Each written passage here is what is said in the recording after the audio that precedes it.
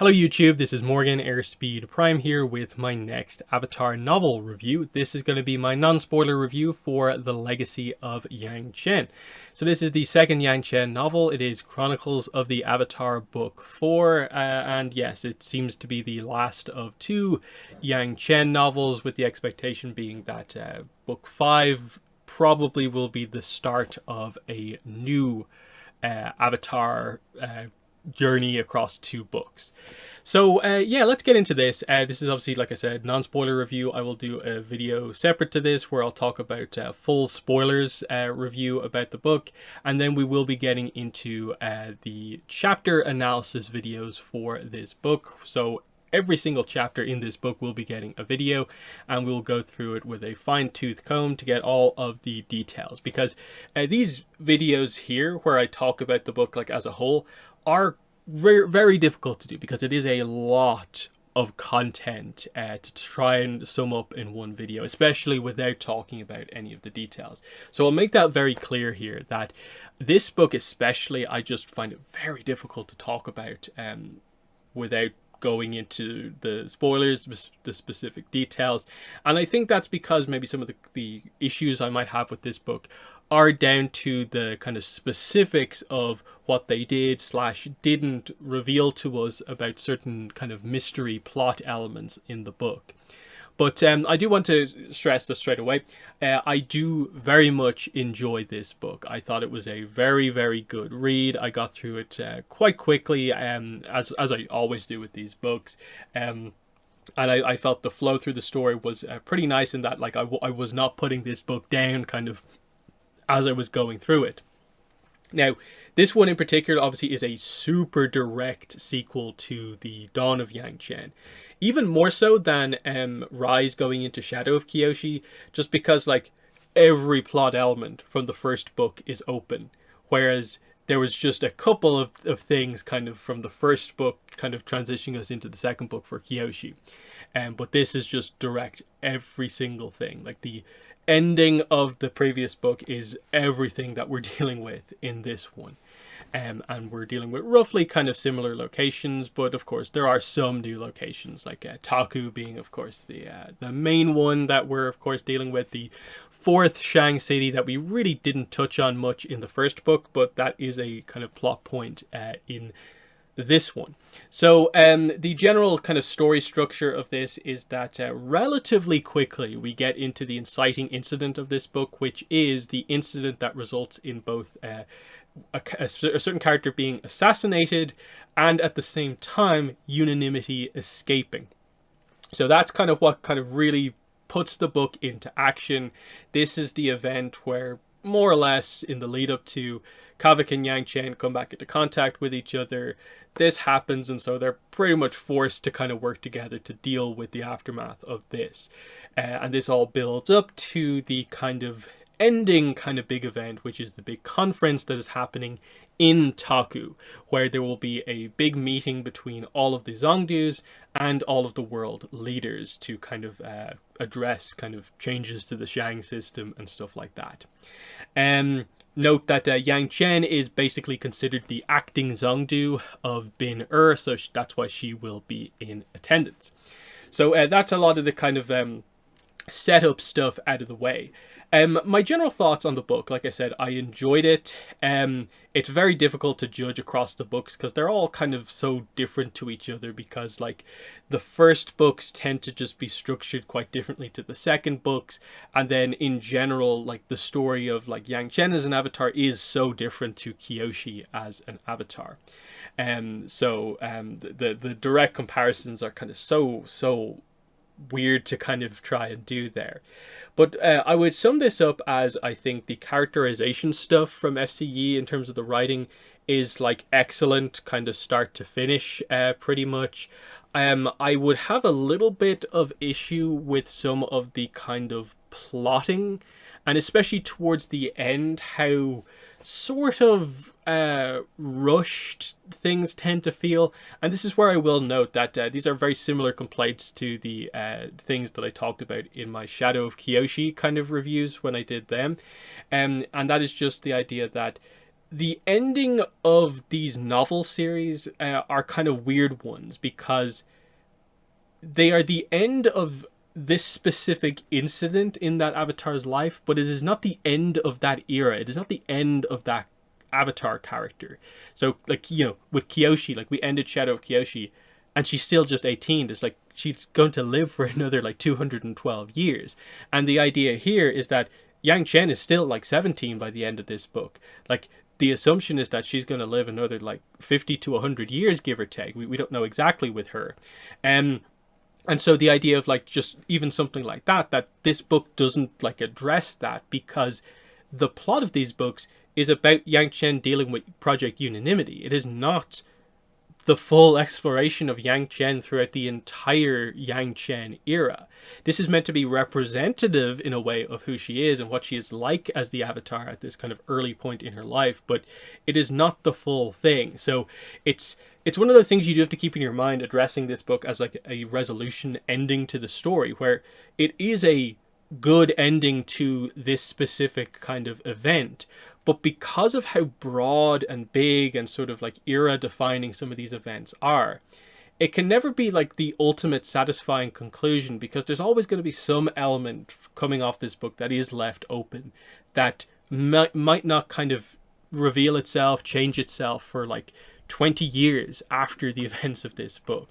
And so there's weirdness like that was present in, I think, both of these books, where like with the Kyoshi ones, we were wondering, like, are they going to like epilogue ahead and maybe show us a much older Kyoshi and address something like that? They chose not to do that, and ultimately not to connect it to any of the known events that happened later in her life. And it's the same here with Yang Chen. They don't attempt to do anything else with the character except deal with this specific span of time that is the dawn into Legacy of Yangchen, when Yang Chen is 17 years old. And that's it.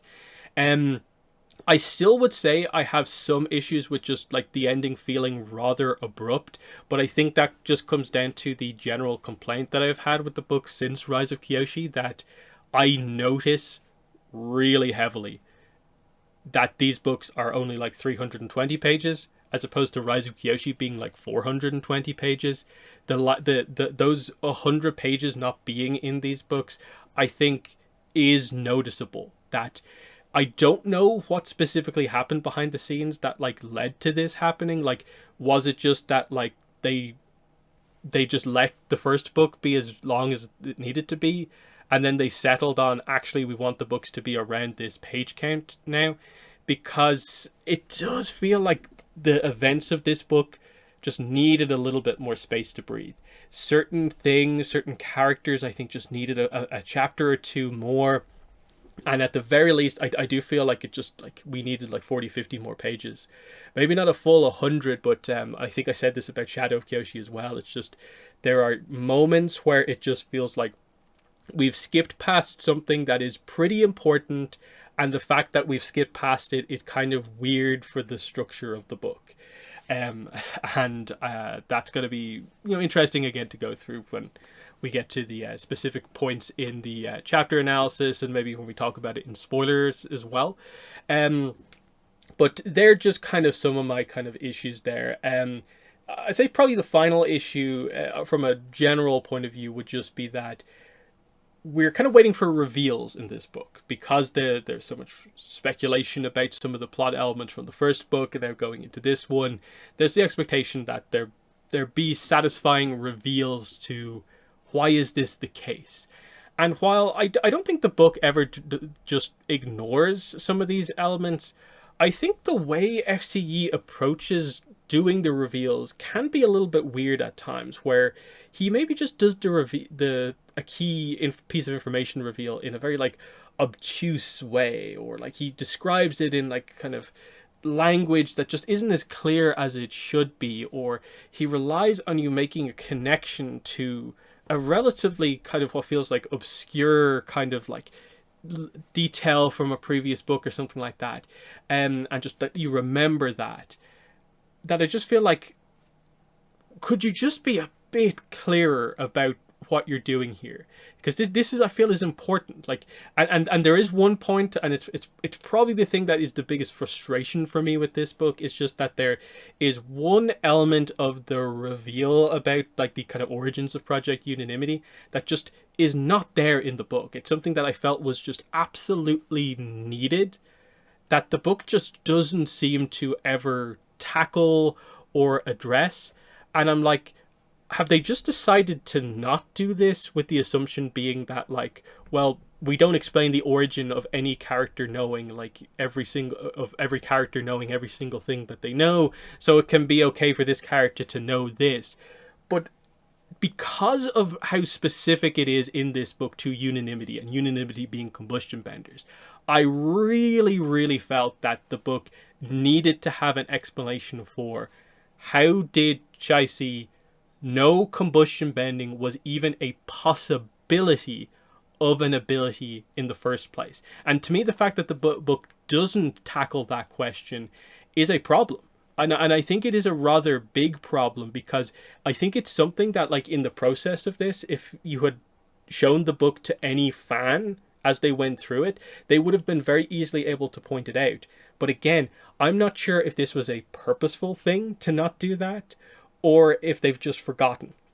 Because there's just a slight element towards the end of this book that the detail surrounding sort of like Chai-Si and what she has organized with the whole Project Unanimity and what the full scope of what it is, how and why all of this actually happened.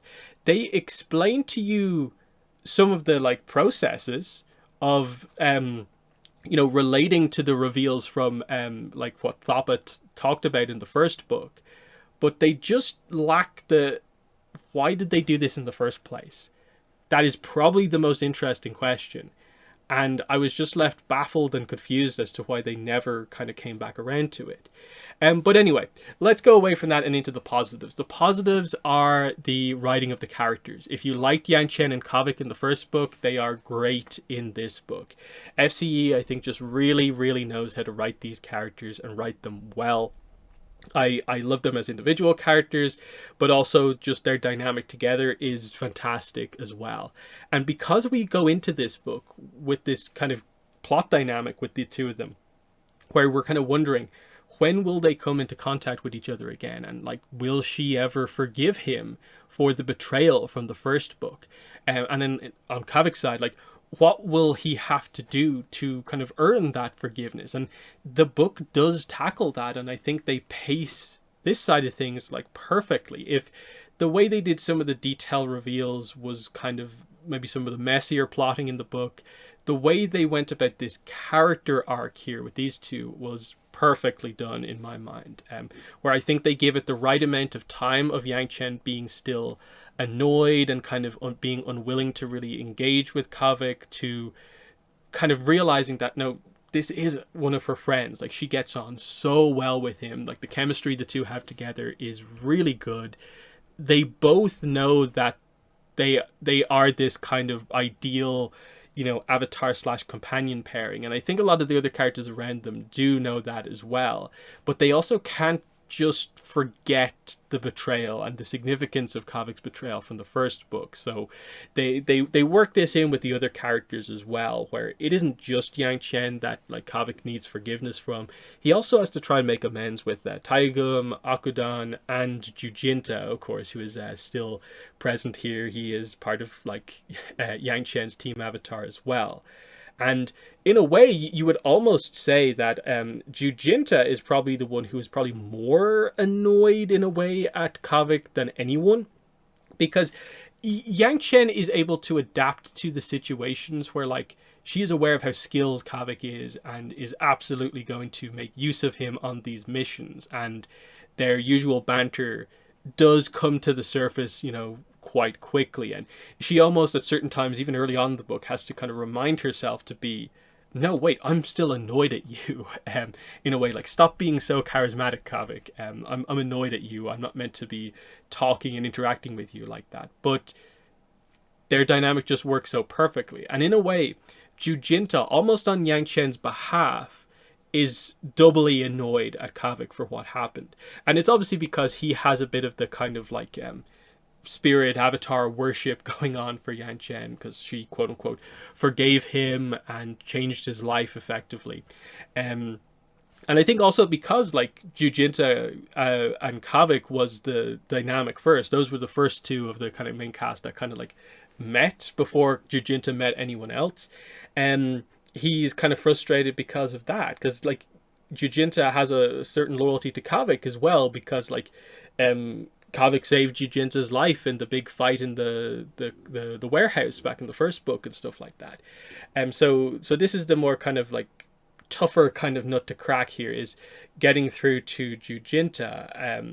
And then like Taigum and Akudan, again, they're kind of somewhere kind of in the middle, where like they don't seem as annoyed, but they kind of go along with the other two of just like, yeah, we'll keep up the idea of, you know, giving Kavik a hard time over what happened. But it speaks to the character of Kavik that he's able to kind of, you know, handle this situation the way that he does, which is that he knows he has to do a lot to make amends, because again, the significance of his betrayal is that his betrayal has put it out there, the potential existence, the potential information known by a lot of people about unanimity, that if he didn't betray everyone, they could have stopped unanimity from being deployed in the first place, and it even being a question of what happened in Bin So he and what he did to save his brother, being manipulated by Kalyan, has led to this happening, and so he's absolutely trying to make amends for that. And it is the core, the central core throughout the book, is just the idea that he is truly remorseful, and he's doing everything that he can to try and make that happen. The complexity with Kavik as a character in this book comes from the fact that he's basically a junior, kind of a White Lotus kind of like intern effectively in this book. But I think you get the dynamic pretty clear that he's not super into the whole Order of the White Lotus thing.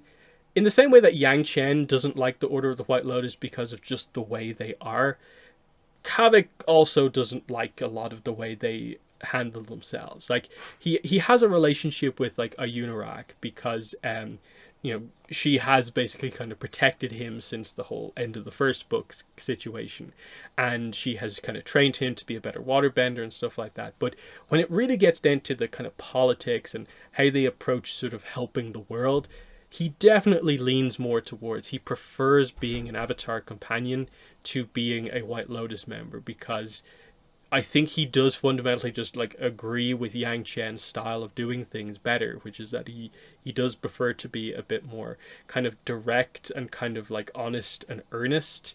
Even if that includes a little bit of kind of like spycraft, kind of errand running going on, rather than the almost like arrogant, we are better than everyone else approach that the White Lotus takes.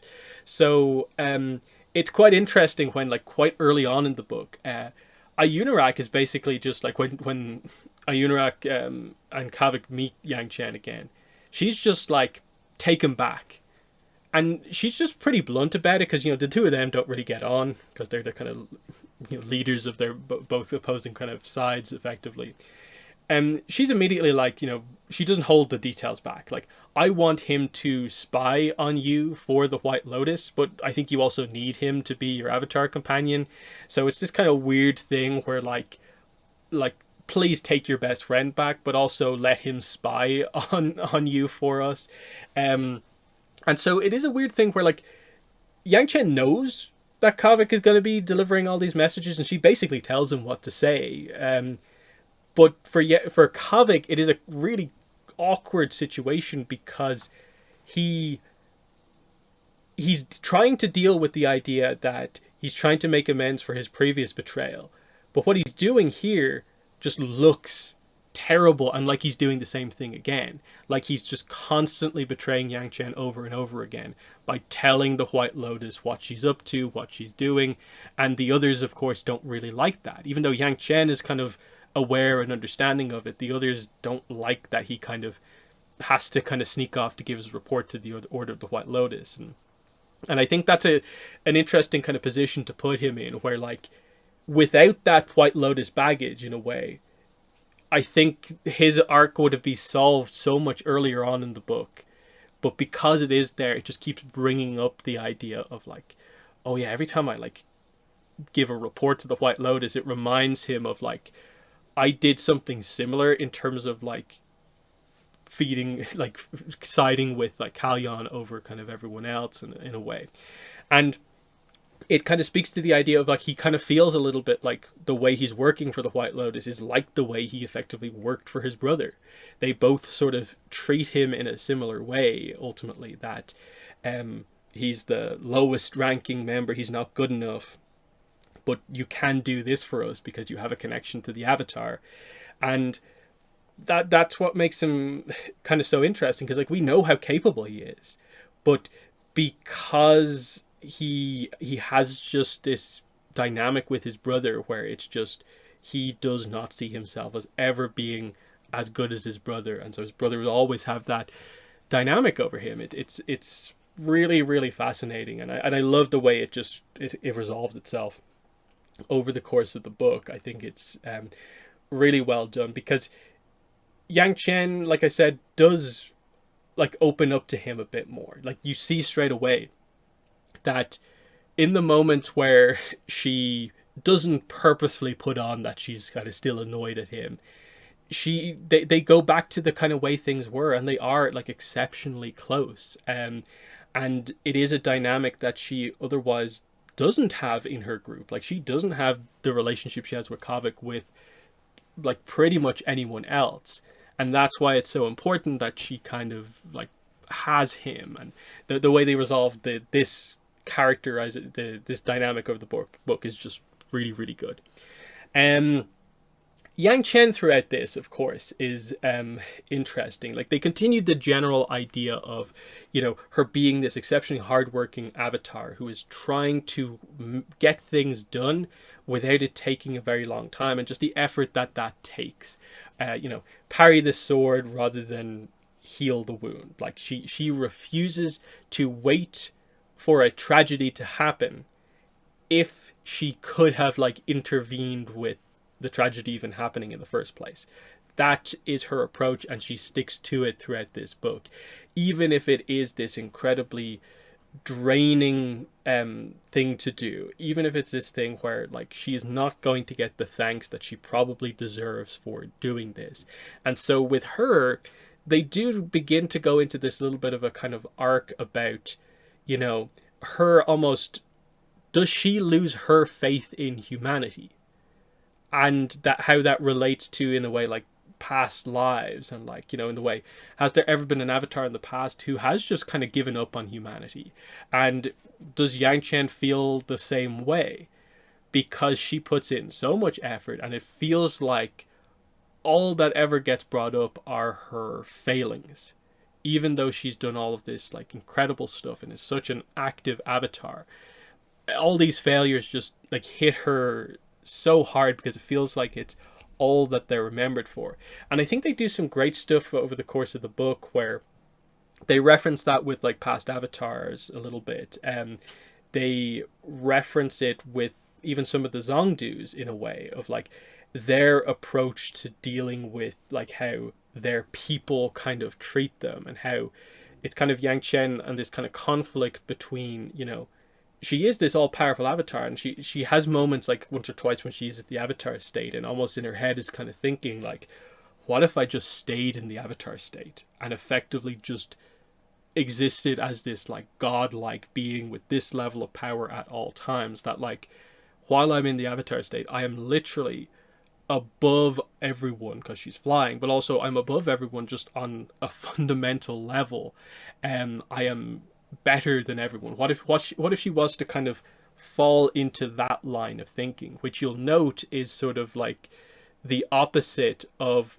kind of advice she will later give to Aang in Escape from the Spirit World, Yang Chen, about how the importance of kind of humanity and letting kind of humanity make mistakes, because the avatar is a human and also makes mistakes. And that whole idea of just what ultimately kind of snaps her out of feeling that way is because deep down, when it comes to making the key decisions, she will typically always make the decision that has more of a sense of humanity in it. She wants to save as many people as possible and kind of refuses to make some of those sacrifices that maybe a godlike entity that does deem themselves above all others would make, which is sort of the way some of the Zongdus act, which is sort of the way some of the villains in the book act.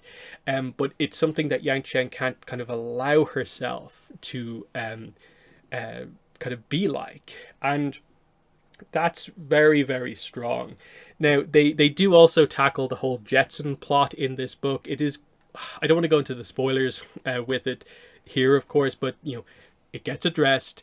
Similarly with Kavik, Kalyan is in the book. They address, you know, what's going on there. He gets a bit more characterization. I would say a little bit kind of like Chai-Si. I feel like I really do wish there was just a little bit more focus on Kalyan as a character, on Chai-Si as a character, and the backstory and stuff like that. I just feel like there needed to be probably 1 or 2 more chapters that were from the villain perspective in the book, just to get those dynamics across. But with Kalyan, I do appreciate how they characterized him in the book, because there was a few ways they could have gone, because there was only one key scene with Kalyan in the first book, and that was the kind of manipulation scene with Kavik, and you were kind of wondering, like, does he still care about his family, or has he lost himself to the ambition of errand running, you know, being in a position like pretty high up in a Zongdu's organization? And the answer ultimately feels like it's a bit of both. You know, family is still super important to him, but his ambitions and kind of the progress that he's making is also important. And it's just these two sides that feels like they should be fighting against each other, but he's just kind of fully embraced that, like, this is who he is. And it's interesting that I just wanted a little bit more insight than they actually gave us on the character. And there are some other characters, like we do get to meet, like I said, the Zongdu of Taku, who is a relatively interesting character. There's a kind of fun couple of chapter sequence where we have some very fun Yangchen and Kavik interactions while they're also interacting with all the Zongdus, trying to basically pull a scam on one of them, which is a fun section of the book, but is also maybe a little bit longer than it maybe needs to be, given what the ultimate like reveals are in the book about certain things. So there's that. I suppose specifically about like sort of some of the revelations in the book about some of the big things we obviously talk about from a lore perspective. I like elements of kind of what they cover here. I like that they do kind of expand on it in a way. And ultimately, like, I don't think like a huge amount is just like missing from the book. I think the core of what was needed is there. It just probably wasn't presented in as much detail as I wanted, but there is definitely one key like origin point of like, why did they decide to do this, that just feels like it's just left out for no real reason. So I definitely would like to know what that decision was made for. But I think that's getting towards maybe where I want to wrap things up here. Again, it's so tricky to talk about this book without getting into the details of like so many different scenes and just full on just saying what exactly happens in everything. Just kind of to say that it's a good book. All 4 of the books that we have got so far are great in my opinion. I really don't think there is that much of a difference in quality between all of them. Like I said, if there's any comparison to be made, it is probably just that I think there's a little bit more of a struggle in the writing department when it comes to the second books rather than the first books. That is more just about the kind of nature of how you end a duology that is not really representative of like the entire life of these avatars, and then we don't know when we're going to come back to them. But otherwise, in a general sense, the kind of plotting here, seeing this Yangchen story, and the way she is as an avatar, where we get to see a more typical idea of what an avatar is. Most of the avatars will be doing stuff that like Yangchen does, like being the kind of diplomat with world leaders and pseudo world leaders who disagree with her or have different ambitions. And this is how Yang Chen deals with it, where she is highly skilled but isn't maybe as respected because of her age, because she's an air nomad. She doesn't seem to get some of the respect that, of course, like Zito got in the past. On some of those topics, past Avatar stuff, this book does not reveal new past avatars. There is a literal reference to Salai, but it's nothing like insightful about him. It's just like that, like apparently a saying in the Avatar world is like to exclaim like Salai's shoes, apparently, before you say something. That's a known saying. And then there is a quite interesting scene where they actually utilize Yang Chen's gift, and it actually went, because she's so exhausted doing all of this stuff, Kavik actually for like the first time gets to see her kind of get overtaken by a past life, and she's basically talking as Avatar Gun to Masose from like the first the dynamic from the first chapter of the first book. That comes back again here because they don't reference Avatar Gun by name, so you have to rely on knowing that the whole Masose was an Avatar companion of Avatar Gun to know that this is what it's talking about. And this is a scene that actually relates to the whole,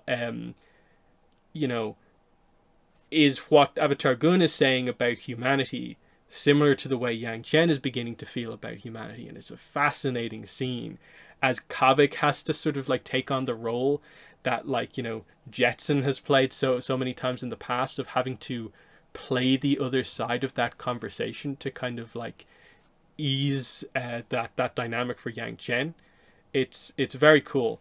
It's the sort of stuff where I wish we had like a scene of that in the first book, and then maybe a more notable scene of it in the second book. But obviously, like, probably across both of the books, the whole Yang Chen gift, the hauntings of past avatars, was probably ultimately not used in the way that most people maybe wanted it to be used, which was to reveal a lot of past avatar stuff, which they FCE just seemed like he just didn't maybe want to do as we went forward. Maybe he wasn't allowed to by Avatar Studios. Maybe they're fine with just like, we gave you Zito, we've now referenced Avatar Gun and Avatar Salai, that's what you get for now. And in a way, I understand that. Like, I would never go into one of these books expecting them to reveal the name of like 5 or 6 new avatars.